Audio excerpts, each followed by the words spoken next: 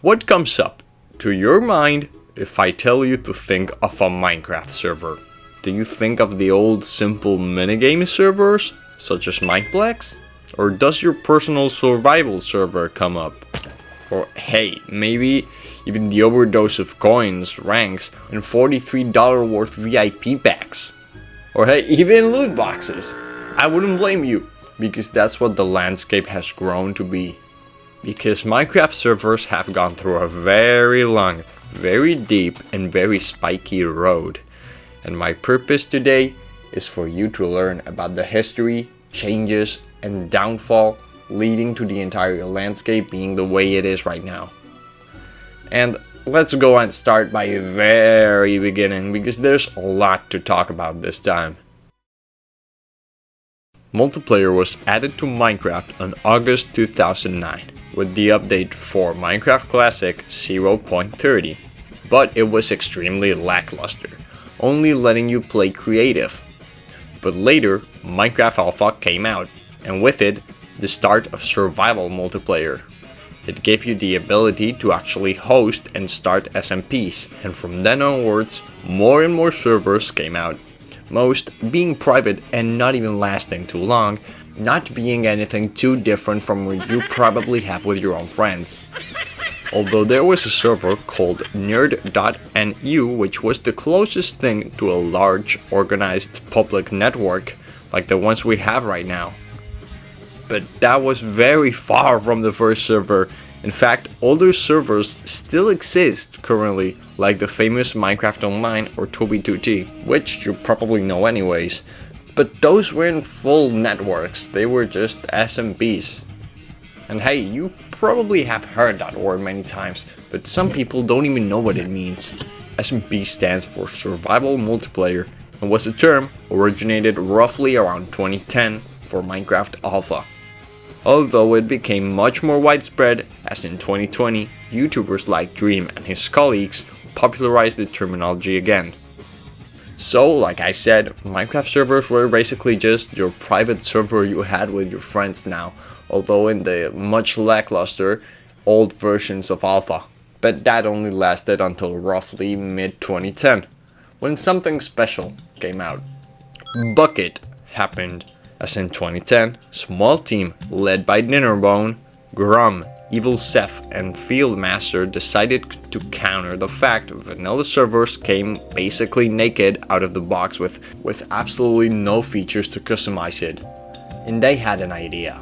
Bukkit, a safe bridge for developers to safely extend Minecraft without directly editing the game's code, using plugins, a way to plug in external code into servers, including custom configuration files, and have it all load real time, somewhat like a Forge alternative just for servers, which the players don't even have to install, because every server that you've ever joined started on Bukkit, or at least some derivative, such as Spigot, for example, the one I've used the most, optimized for more speed, memory, scalability, and created in 2012. It was basically a really buff Bukkit made for really big servers. Although something you probably don't know, because at least I didn't, is that Mojang actually owns Bukkit now. And not now, in fact, since 2014, because Dinnerbone and Grum, Dinnerbone at least, who you probably know, were hired by Mojang to work on Minecraft itself, roughly around that time. And because of that, Mojang technically owned their contributions to Bukkit and later claimed full ownership of the project, only to abandon it subsequently. But that was also in part because developer Wilderness, who also worked on Bukkit, filed a DMCA takedown against Mojang for using his parts of the code on Bukkit, as they never truly hired him. And even if that got fixed closed doors, Mojang just never actually implemented Bukkit officially. In fact, it just never got any more updates after 2014, letting Spigot and Paper, which is another alternative, to carry on its legacy. And again, it might sound stupid to you if you never managed a Minecraft server, but you don't have to underestimate the power of plugins. They are the central core. Everything from having multiple worlds to something as simple as just having ranks or fancy commands. Everything runs under plugins, and most likely it will always be that way for Java. Since, they tried changing that, they would just break the infrastructure for hundreds of thousands of servers. But let's stay back in time. We are still at the pre-minigame era. We still haven't got past 2011. And even if Bukkit was actually here, most servers just consisted of creative plots or SMPs. But Bukkit's rise was what led to popular plugins like Essential, World Edit, Permissions, and more to get a head start and become so well-rounded over the years. These plugins I mentioned just being a few examples, but they are still present in many of the biggest servers up to this day. But here's where Minecraft truly took off. Enter 2012 and 2013, when many of us actually joined this community, and when the first things we can call minigames actually appeared. Stuff like Spleef, Hunger Games, Survival Games, and Skyblock, only to name a few, were quickly becoming household names, and always depending on those Bukkit plugins backend. Many servers started emerging, now actually being the networks we have right now, making the rounds around the globe, with YouTubers helping push this even further. Notable examples include The Hive, Mineplex, MC Survival Games, and Skyblock.net, an official server for the official Skyblock map. The server networks I just mentioned became giants in the industry, filled with thousands of players, as our two biggest rivals also appeared for this story, CubeCraft and Hypixel, becoming full-on brands with launchers, lobbies, monetization, friends lists, cosmetics, and even some pay-to-win features. And speaking only about Java, none of these servers have actually survived the test of time. Only Hypixel has reigned over everything with little to no competition, as other servers have sold themselves out basically, but we'll touch on that later. And hey, let's speak about Hypixel, now that we're on it. Hypixel was not just a server, Hypixel was a person, a user actually called Simon Collins Laflamme, if I didn't butcher that, a brilliant mind with an adventure map building team he'd been working on for years. So they already had quite a lot of experience with Minecraft, all things considered.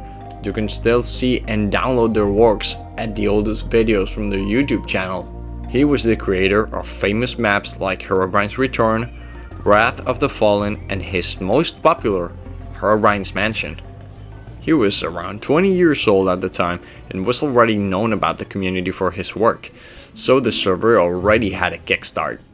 The proper Hypixel network was founded in 2013 by him and his colleague Philippe Touchet, and was originally just meant to be a way for them to host their adventure maps online.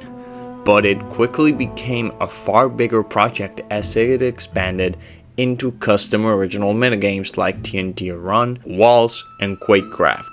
So many English YouTubers from the time, such as Captain Sparkles, Skydoes Minecraft, and many others, published a lot of content from it at the time. And not only English ones, no. People from all over the world, from every language, started to play on the server and make tens of thousands of videos on it. The servers even having to add accessibility features for every language they could. And Hypixel was not only just a server, no, it became the server, a blueprint for everyone, younger, older, Vietnamese, or French. Basically, everyone who played Minecraft on PC knew and probably played on this server. And it started to become a business.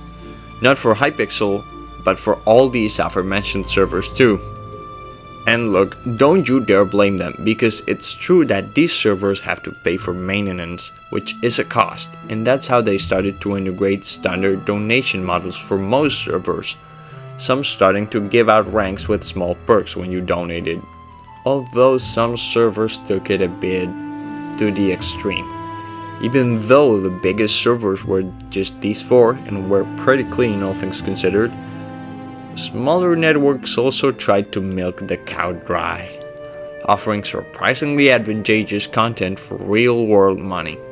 And Mojang heard about this and stepped in.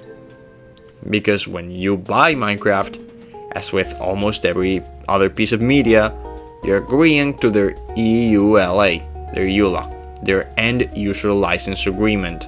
That long text you get installing something that you always completely skipped and sell your soul to? Yeah, most people obviously don't read that, including server owners. The problem? The EULA, which has never changed, let me remind you, states that you are not allowed to sell absolutely anything that affects gameplay in any sort of way for Minecraft. It allows you to charge for something cosmetic, or even charge for entry, but in no way anything advantageous.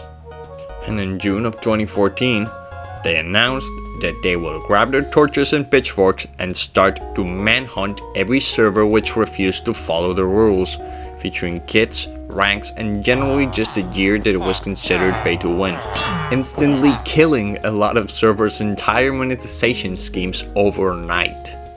And at the end of 2014, that year, long after the announcements, servers which refused to change started receiving cease and desist letters from Mojang, many being forcefully disabled until they removed such features. And that doesn't mean big servers could never come back, not by any means, but they did suffer major losses, many of them could never recover back from. But listen here, alright? Mojang's goal was fairness, and despite how much people at the time cried, it was for the best intentions. Although that also made it so servers started searching for ways to actually find loopholes in the form of mystery crates, or also cosmetics with the fine print of boosters, VIP exclusive cosmetics, and similar content, which was, in short, still just monetization in disguises, with a few more layers on top to avoid angering Daddy Mojang, and made even more predatory. And thus, basically everything blew up. Monetization exploded back anyways, servers had to find ways to keep existing without breaking rules, and somehow generate profit, and many, trying to capitalize for the sake of it, opted for more predatory but technically compliant schemes, mostly opting to loot boxes. And even if they tried framing it as non-pay to win, most servers, Hypixel not included, failed at it. And from 2016 to 2019, the issue just kept growing. Servers started to be made purely and exclusively for money, as people realized the bank they could make from them. It stopped being for fun, it never was at this point. It was only for the sake of exploiting children with unsupervised access to their mommy's credit card. As many and more servers just kept appearing, mostly from YouTubers who tried to capitalize off their child fanbase, all with really predatory schemes and servers that weren't really made with love and lasted for very short periods. All of this basically just ended up driving people away from servers like Mineplex, Cubecraft, and the Hive, bringing them once again back to Hypixel, the most decent server at the time, and even such has always had plenty of monetization tactics, probably more than it should, but at least they didn't just flat out ruin your experience. And that reign of Hypixel grew past just being non-predatory. The quality was just sublime. There were more players, most people, including myself, my friends, and probably you and your friends too, never really had the necessity to go for a differently demanding server. Hypixel just had it all, and they had hundreds of game modes at this point. Giant servers with their events, their communities, and own identities, such as the aforementioned three, suffered a very big blow from this, as people just stopped caring altogether.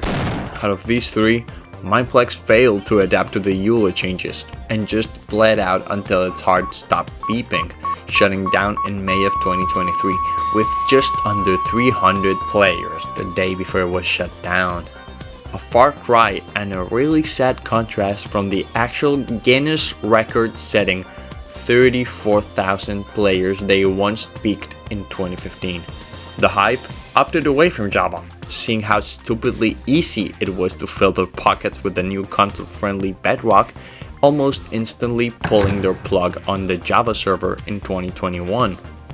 And finally, Cubecraft. They copied the Hive's tactic without fully shutting down on Java yet.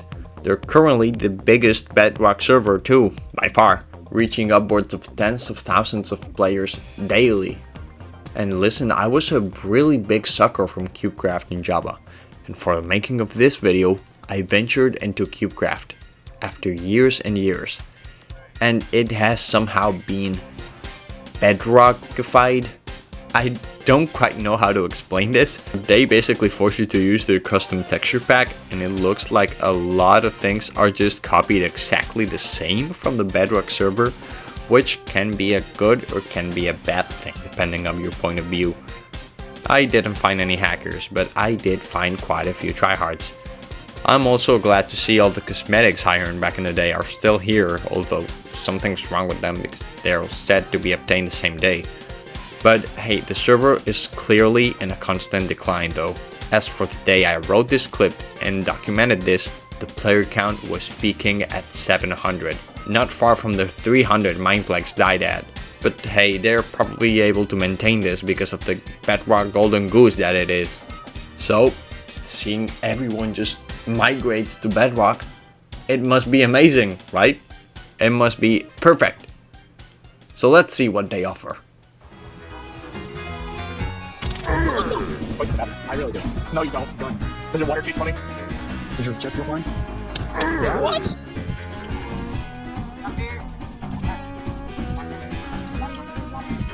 What the hell? What the hell? What the hell? Bro! What the hell is this?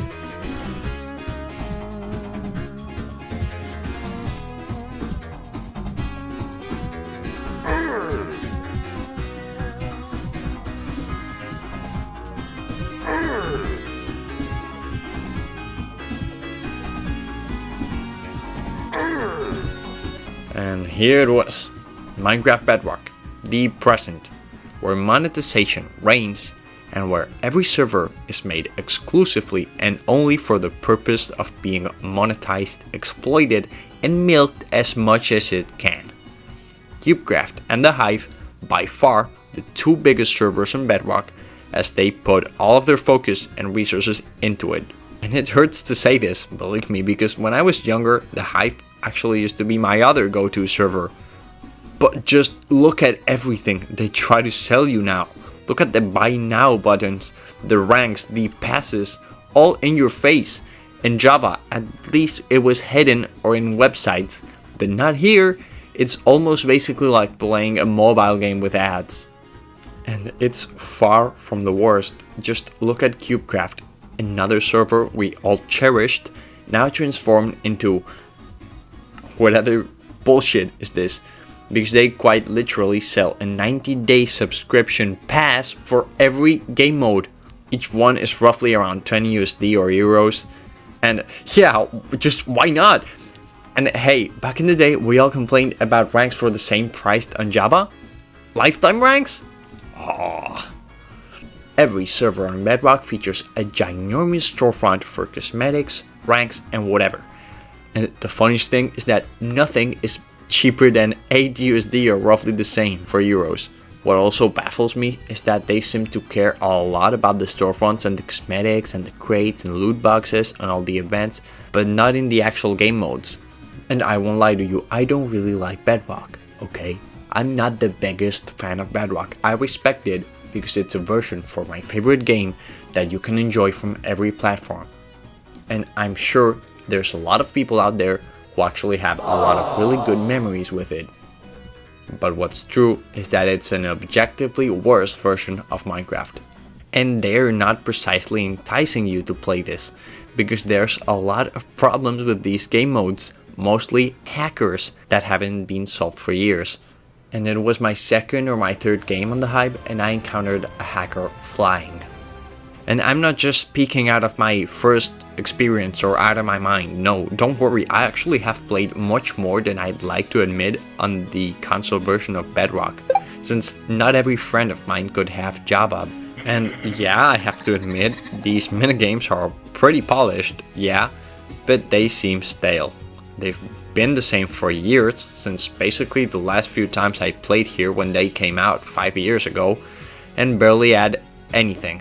whilst the server gets constantly filled with cosmetic sales, events, and anything that can prompt you to click on the purchase button. How do you even want me to consider playing on Bedrock servers if it just feels like playing a mobile game?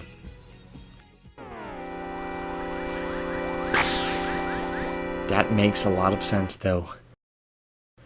And look, servers have gone from passion projects being made by people like Hypixel to all mostly just existing in Bedrock and being the way they are.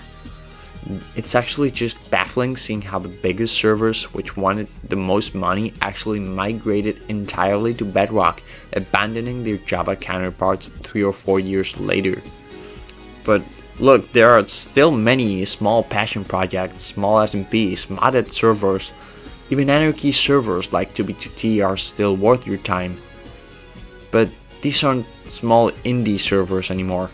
They're basically corporations now. And Minecraft servers didn't actually die. They never did.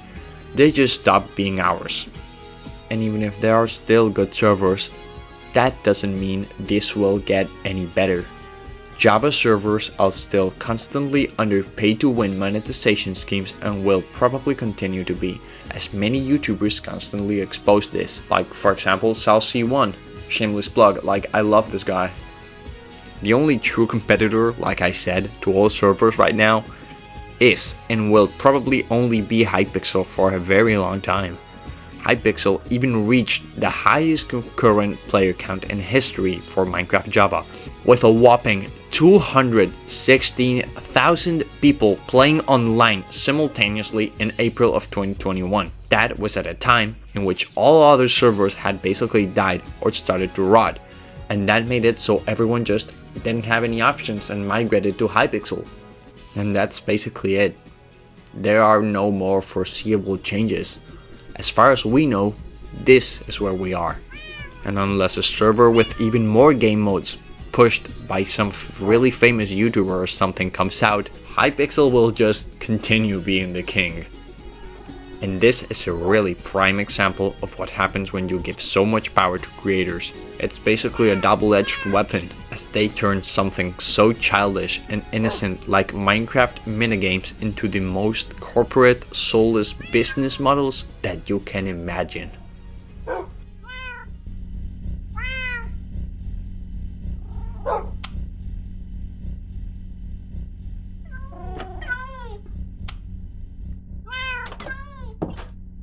This video was just an excuse for me to rant about CubeCraft.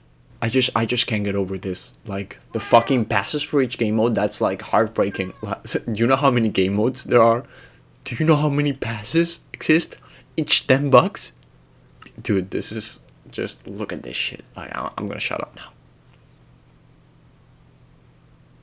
Goodbye.